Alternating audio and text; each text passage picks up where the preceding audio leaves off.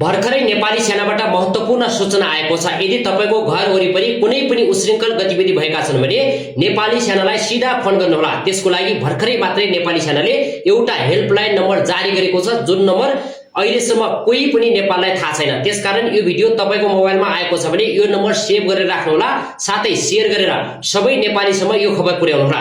किनकि यति बेला आन्दोलनको नाममा चोरी, डकैती, लुटपाट भइरहेका घटनाहरू आइरहेका छन्। त्यसकारण तपाईको घरमा, तपाईको समाजमा कतै वरिपरि यस्ता किसिमका घटना घटे, उश्रृङ्खल गतिविधि भयो भने तुरुन्तै नेपाली सेनाको यो नम्बरमा फोन गरेर तपाईले सहयोग माग्न सक्नुहुन्छ। किनकि यति बेला नेपाली सेनाको सम्पूर्ण जिम्मा अथवा नेपाली सेनाले यो देशको सम्पूर्ण सुरक्षाको जिम्मा लिइसकेको छ। नेपाली सेना तयारीको साथ यति बेला शहरका गल्ली गल्लीमा तैनात भइसकेको छ। त्यसकारण तपाईको घरमा अथवा वरिपरि कुनै पनि उश्रृङ्खल गतिविधि भएका छन् भने नम्बर टिप्नुहोला 015 979 000।